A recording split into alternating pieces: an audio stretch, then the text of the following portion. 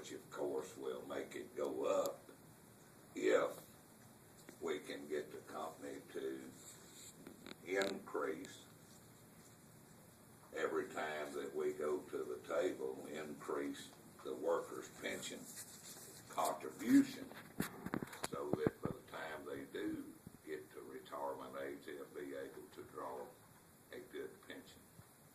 So what's your fight about now? Is about increasing the pension or keeping the defined pension? Keeping it.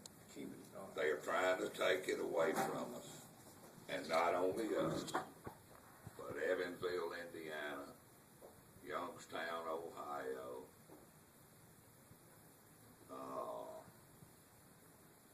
about 15 to 16 different locations right now. I apologize for not having all of them, but we can get you the information. They locked the employees out in Evansville, Indiana, as one of the speakers said earlier this year. Held them out 6 weeks, let them go back to work, promised them that we was going to have this issue settled, that we hear your voice, we hear you speaking, we hear you telling us that you want to keep your pension. And when the workers went back to work, then the company reneged. And they come right back with this same thing. We're going to take your pension away. We're wanting to put you into another pension fund. You'll have to start all over. So their word is not very good. They reneged on contract negotiations in Mobile, Alabama. Mobile had to strike them to get their attention. We're trying to avoid a work stoppage. And that's why we would ask that y'all get on the bandwagon, the community get on the bandwagon, write some letters to CEO of Republic / Allied Waste. Their home office is in Phoenix, Arizona, and ask them to stop trying to take something that these workers really need, and especially in the future they will need it worse, and hopefully that we can get them to do that. We're kind of like a rattlesnake. You've got a lot of experience with Teamsters. Don't force us to strike, but if you do, we're not afraid to. And in the event we do, we ask for the community support and help that is necessary, just like Mr. Turner and the city workers had to go through years ago. They had to have help and support, and it was a great movement then, and I know they understand where we're coming from now in today's struggle with this company. And for your audience, I go back a long way as you know. Worked 18 years as a Teamster president, and 14 years as president joint council, about 10 years as organized for Southern Conference, signed to the International as a negotiator for the first master contract we got with Budweiser. So, and I go a long ways back, but in mine with BFI, because they come on as a good company. Anybody that wanted to belong to the union, they didn't fight it. They willingly signed a contract if the majority of the employees wanted. Seems to me they got to the place they got, as our president say, amnesia or something. They forget that the employees help make them. And without the employees, they wouldn't be who they are, where they are today. So in pensions throughout this country is on attack from every phase and every aspect of this country. they seem to want you to retire and depend on your Social Security to live.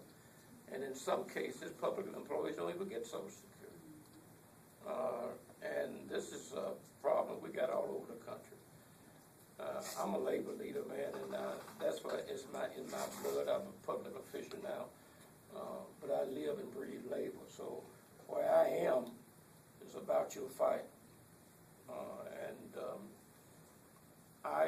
I got a different approach. I come from the old school. I often tell Terry and the rest of the teams of guys I know, I couldn't live in the environment you live in, because in the old days, if they messed with us, they were on the street until they straightened up. At this day and time, the laws are out there, and people don't care nothing about taking your jobs. And that's the crazy part about it. They live every day under the same kind of environment, and they don't care about walking in and taking your jobs if you have to walk out. And that should be, the government should be truly involved in situations where employees is taking his legal rights and his responsibilities as a citizen and peacefully protesting in the form of a strike.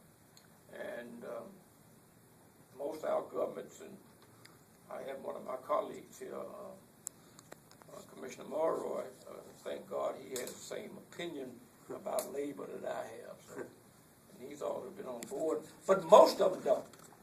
Don't fool yourself. Most of them don't. So I'm on board with the fight. We just got to do what we got to do.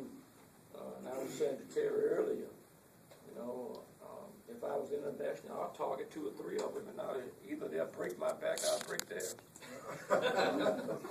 One way or the other, I get there. And so, whatever you guys need me to do, I'm here. I'll do what I got to do. Thank you so much, Mr. Chisholm. We appreciate it.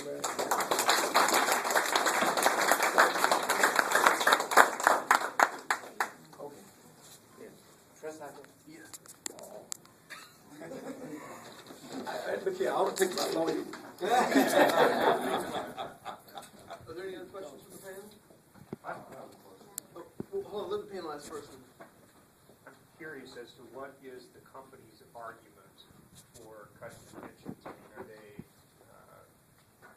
not profitable? Or, one of the speakers mentioned what the CEO was making each year, which was quite a bit of money, to put it mildly. So, but I'm curious about the overall kind of economic health of the company. Why are they asking for taking away the defined benefit programs? Is that other than that they're being selfish jerks? Well, I really can only give you my opinion.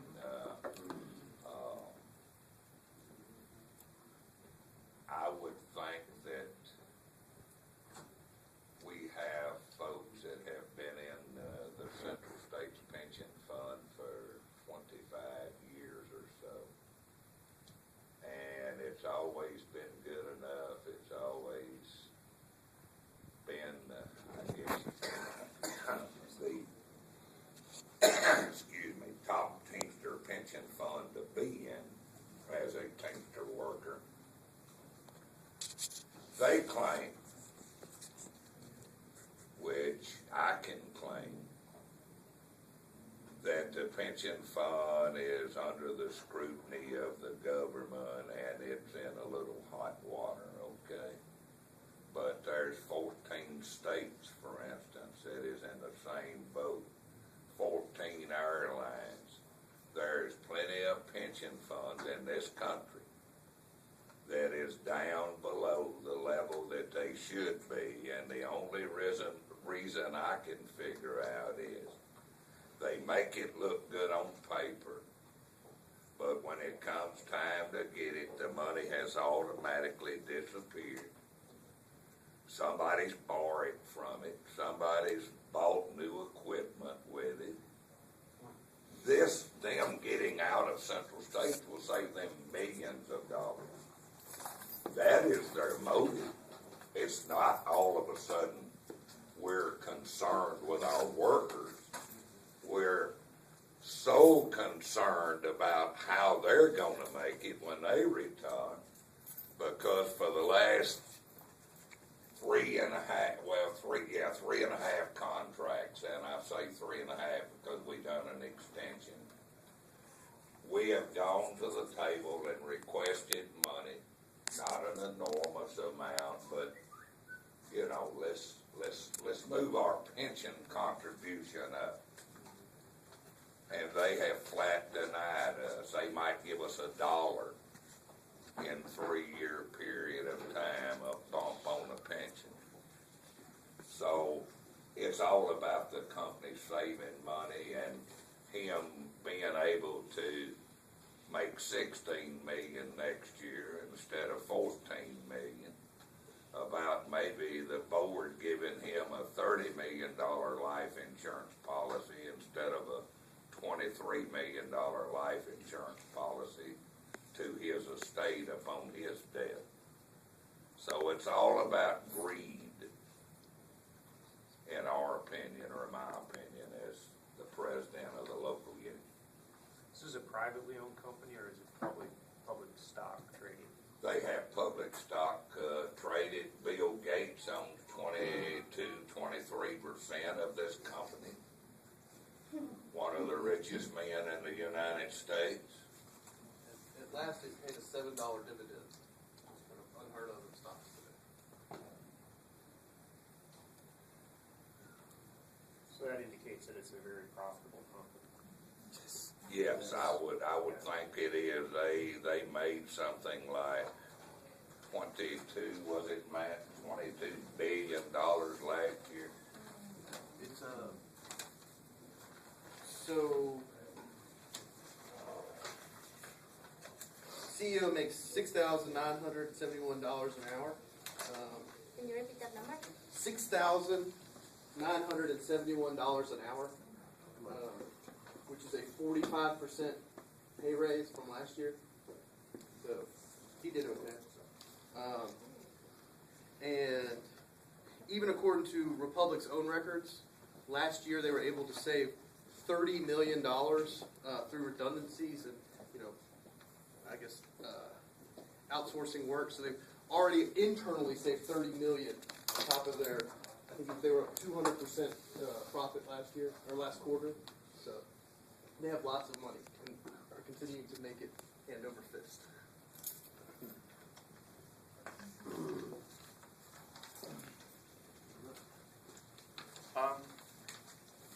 You guys thanked us for being here. I just want to say, for me, and I'm sure the rest of the people on the panel feel this way too, thank you guys. Like, the work that you do is, like, this city doesn't work without you.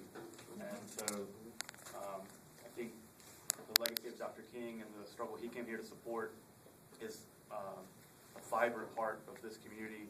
And the work you guys do is, I think it's largely invisible, and it shouldn't be. So, thank you. I think that's it's an honor for me to be here, and I really thank you guys for the work you do. I guess my question is more sort of general, but it's I'd like to hear more from just workers, folks who have to do this every day. Sort of like, what do you guys go through? Like, the pensions are on the chopping block, but I'm sure what else is on the table here in terms of dignity, respect, like workers' power, like. How do you guys see what further is at stake? I mean, the pensions are obviously something to go toe to toe with these. These guys are criminals, right? Making $6,000 an hour. Like, it's not just he's not dirt. He's a criminal. This is this is robbery. And so, like, I'm just curious, sort of what else is on the table. I'd like to hear more about sort of like what you guys want. How you doing? To the panel, Mr. Chisholm, Mr. Turner, Mr. Bratchett.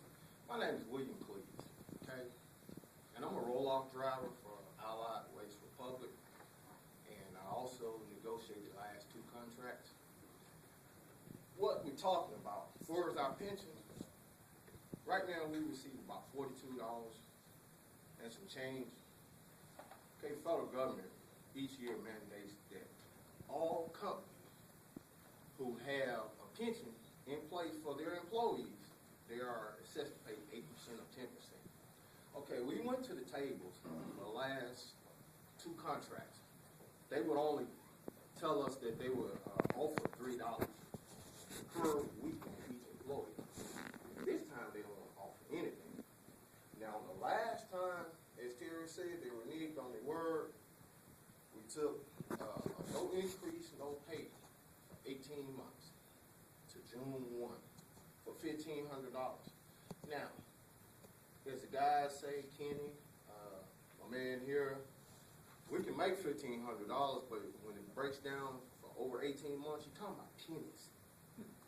Now, we have asked the company to increase our pension up to the same as Evansville, Illinois, and all the other allied republic companies.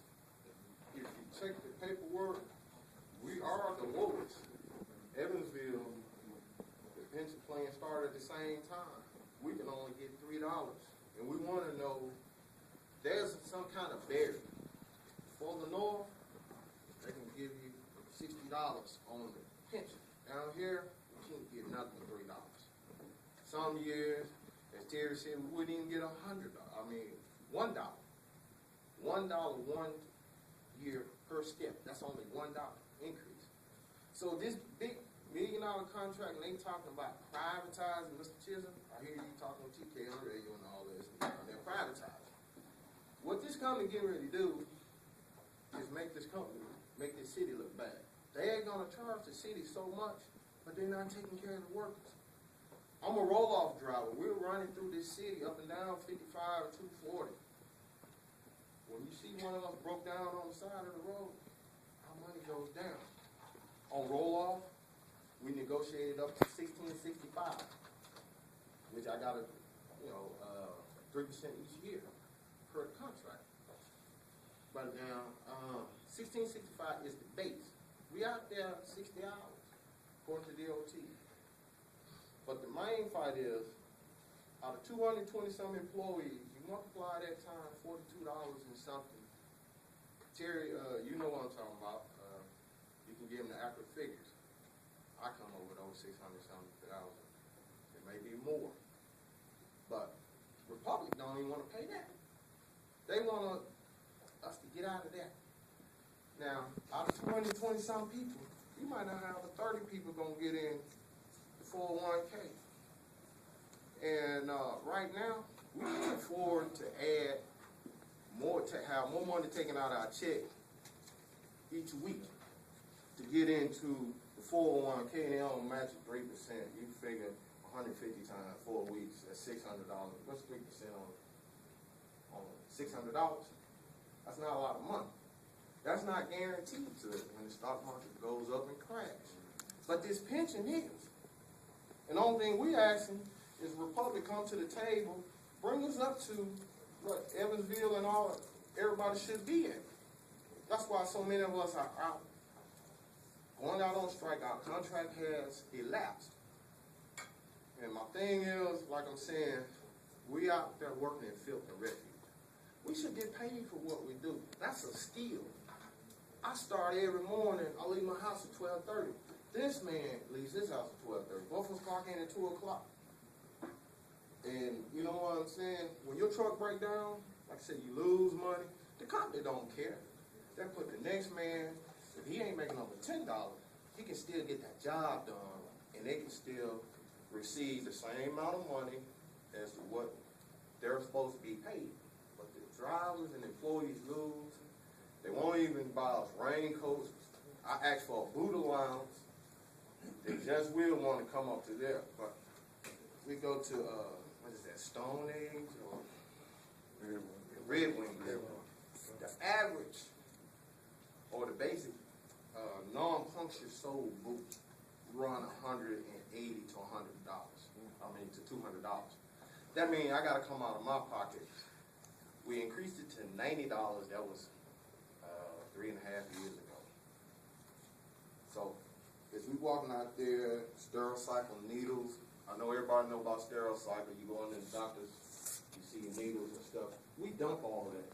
We dump special waste, bowel movement from the city of Arlington Collierville, we dump all that. We walk in.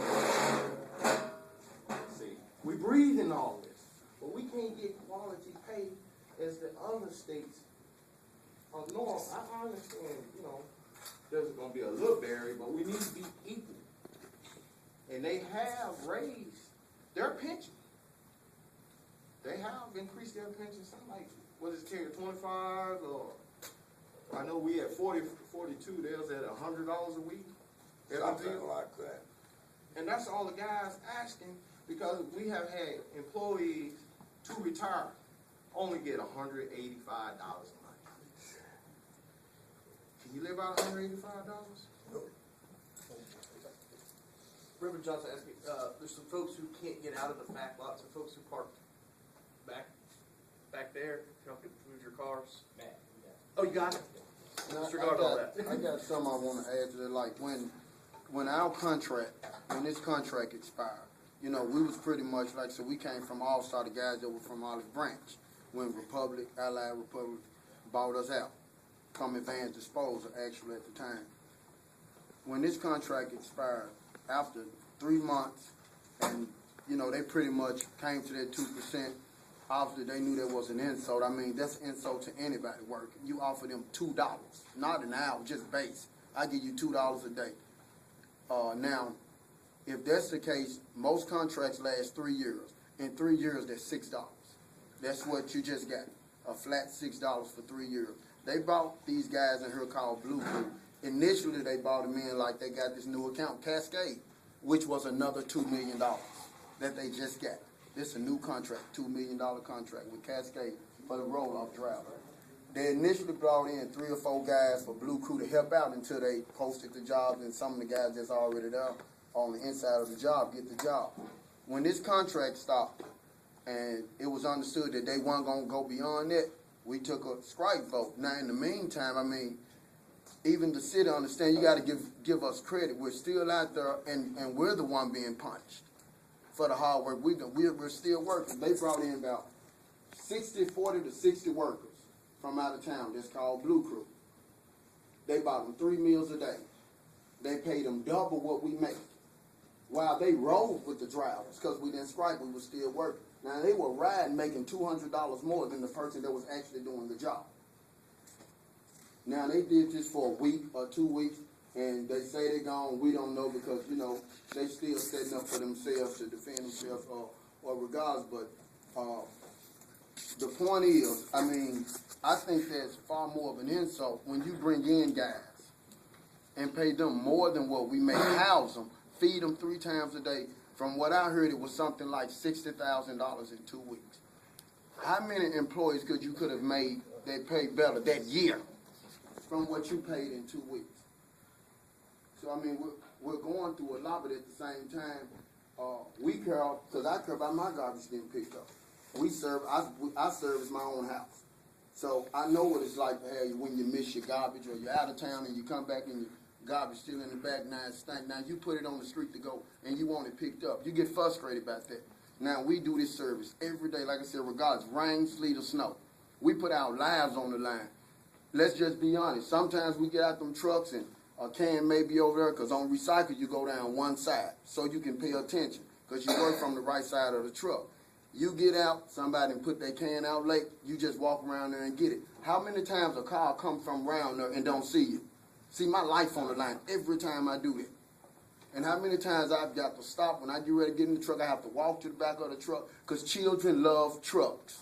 They love big, shiny trucks. They like to play with them. They like to hear these big horns. So you got to make sure you're not going to hurt anybody's children. You got to watch the senior citizens. I mean, there are times, it's a lot of houses that we have on our route that don't pay for the service. But if you, like me personally, if I see an elder person and they pulling their can out every day, what I'm going to do, if this is my route, I'm going to let them know, you just put it here. I'll take it back and forth, because I want somebody to do that for me when I get older, regardless if they can afford it or not, because that's good customer service. I think what we're going through right now with the pension and what they're offering and everything, I mean, I think it's ridiculous. I think it's an insult to us and our families. What are you saying to my family? He died $23 million. I died probably $10,000.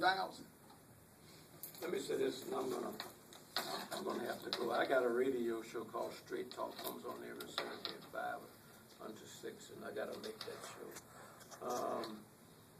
Privatizing. You already privatized. I mean, you were privatized when the city gave it up and moved it toward a individual that can make a profit. And you just told me a few minutes ago that they had something like 600. How much?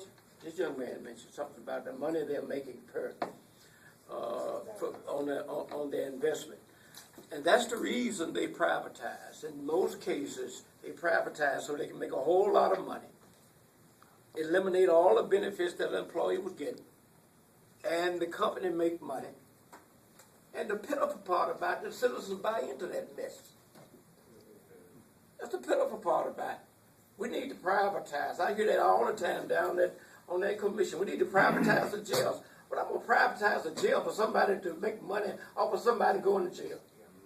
It's a living, it's a business for them. And it's a business for this company. So, yeah, you're right, but you're already in that vein. You're privatized. And this company, like any other company, it's the bottom line. Whatever they're making, they got the bottom line, they're going to make 600% interest off of their money. That's where they're going. They don't care.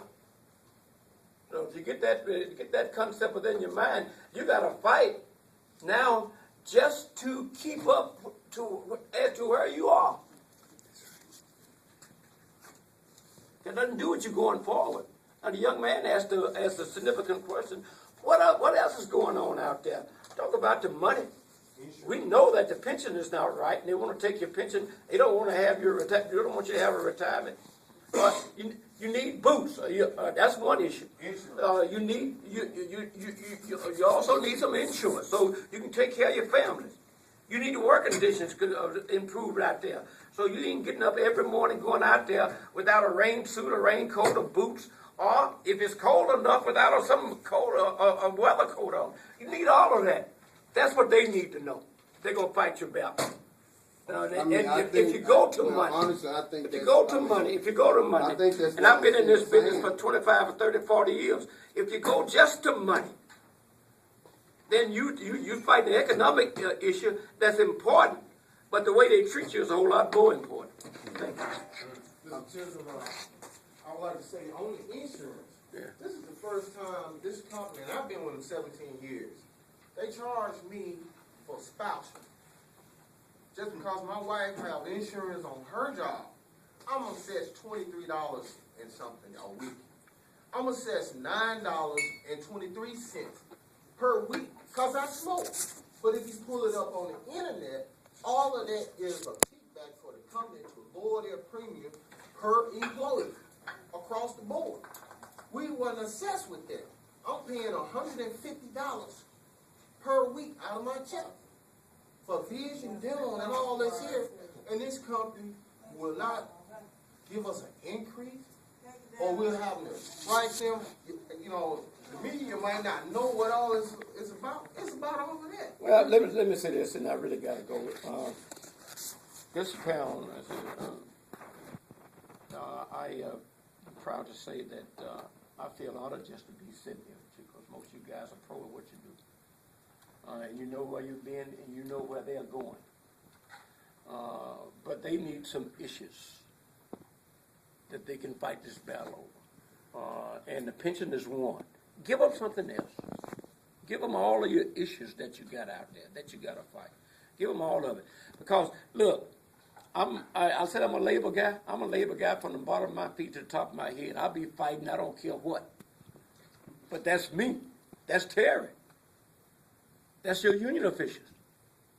Give them some public issues that they can hang their teeth on. I'll see y'all later. Thanks. All right.